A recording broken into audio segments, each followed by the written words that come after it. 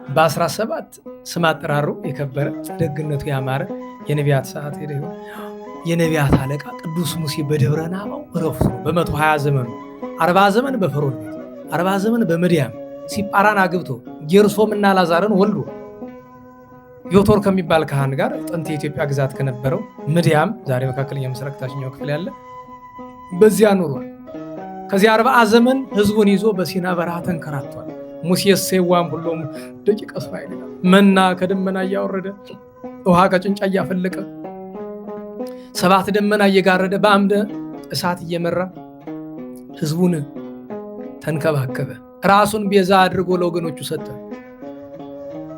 እና እግዚአብሔር ምን አለው? እንደ ሙሴ ያለ ዳግመኛ አይነሳም። በዚህ ምክንያት መምህራን ይላሉ ሙሴስ ሰይዋም ሁሉም ደቂቀ እስራኤል ከእስራኤል ልጆች በሙሉ ፍጹም ቅን ማን ነው? ሙሴ። የዋህ ማን ነው? ቅዱስ ሙሴ፣ የነቢያት አለቃ የተባለ። ታዲያ የሚገርመው ነገር ሁልጊዜ አስቡት፣ 5ቱም ብሔረ ኦሪት ዘፍጥረትን ስታስቡ ቅዱስ ሙሴ ባይጽፈው ፍጥረት ዓለም እንዴት እንረዳ ነበር? አስባችሁታል? ያ ሁሉ ነገር እኮ እግዚአብሔር ለቅዱስ ሙሴ 36 ቀን ሙሉ እየነገረው እኮ ነው የጻፈው። እየነገረው ነው የጻፈው እግዚአብሔር እየነገረው። በዚያ ላይ የሙሴ ቅዱስ ሙሴ ማዕረጉ ነው ይመስላችኋል? ቅዱስ ሚካኤል እንደ ጓደኛ ቁጭ ብሎ ያወራው ነበር። ለቅዱስ ሚካኤል የቅዱስ ሙሴ የዋህነት እያስደስተው ነበር። ለምን የሚባል አጋዥ ተደርጎ ተሰጥቶታል። ወደ ደብረ ሲና ይዞ ሲወጣ ምን ያገኛል? 7 የእሳት መጋረጃ ያገኛል።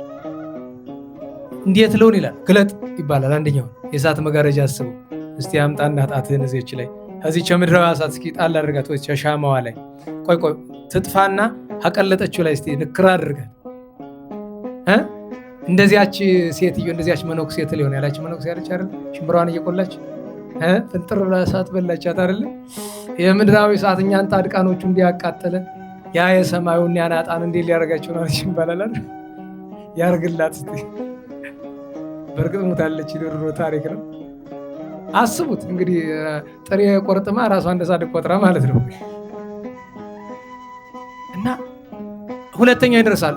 አሁን ሰለን ግለጥ ይባላል። ሊገልጥ 6 ይገልጣል። 7ኛው አይ እዚህ በኋላ መጠንህ አይፈቅድም አቅም ይባላል። ፊቱን ዞሮ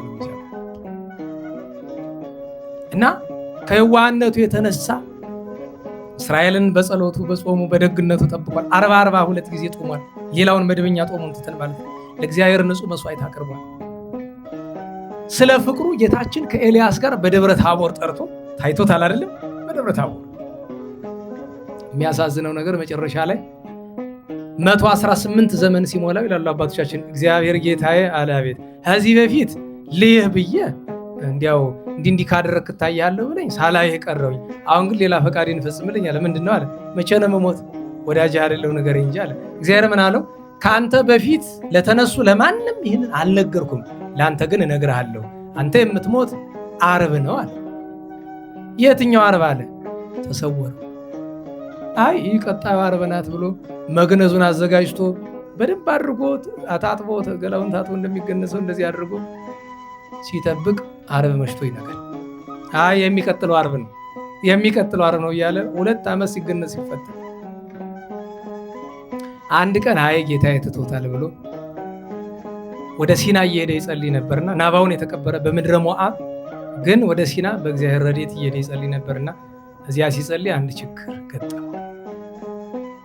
አዝኖ ተመለሰ። ወደ ናባው ተራራ ሲወጣ ሌሊት ገና ሳይነጋ ነበርና ሊጸልይ ሲል ከዚያ ላይ 3 ሰዎችን ያህል መቃብር ይቆፍራሉ። ምን ሆናችሁ ነው? ሰው ሙቶብን። ኧረ ልርዳችሁ እንጂ የዋህ አይደል? እዛ በረሃውን ማን መቃብር ይቆፍራል? አብሮ ሲቆፍር ለመለካት ሲቸገሩ አያቸው። ምን ሆናችሁ ነው? እንዲያው ለመለካት ቸገረን። እንዲያው እኛ ደግሞ ቁመታችን ዘለግ ያለ ነው፣ አንተ እንደሚያክል እንዲያው ልከኛ ነው ትለካልን አሉት። እሺ ይሁሉ አይጠረጥርም። ውስጥ ሲገባ ማን አለ? ሊቀ መላእክት ቅዱስ ሳቁኤል። መልአከ ሞት የሚያዘው ሰው አይደል? ያችሁ መልአከ ሞት እሱ እንዳያስደነግጠው መጀመሪያ እኮ ቅድም ሲና ላይ ብያቸው የለ መልአከ ሞት አስደንግጠው። አሁን ግን ሳቁኤል አገኘ። ከዚያ በሕያው እግዚአብሔር ይዤሃለሁ እንዳትነቀኝ። ለምን ሲለው ሳልሰናበት የሚገርማችሁ እናቱ እስከዚያ ደርሳለች። የካበድ በጣም አርጅታ እናቴ ሳልሰናበት ልጆችን ባለቤት እንዴት ብሎ ይሆናል? ወዲያውኑ ሚካኤል ገብርኤል ከውጭ የሚቆፍሩት እኮ ሚካኤልና ገብርኤል ናቸው። ቅዱስ ሚካኤልና ቅዱስ ገብርኤል ናቸው ቆፋሪዎች። ኋላ እግዚአብሔር ተወው እንጂ ተወው ይሰናበት፣ ፈቃዱን ሞላለት፣ 3 ሰዓት ስጠው አለው።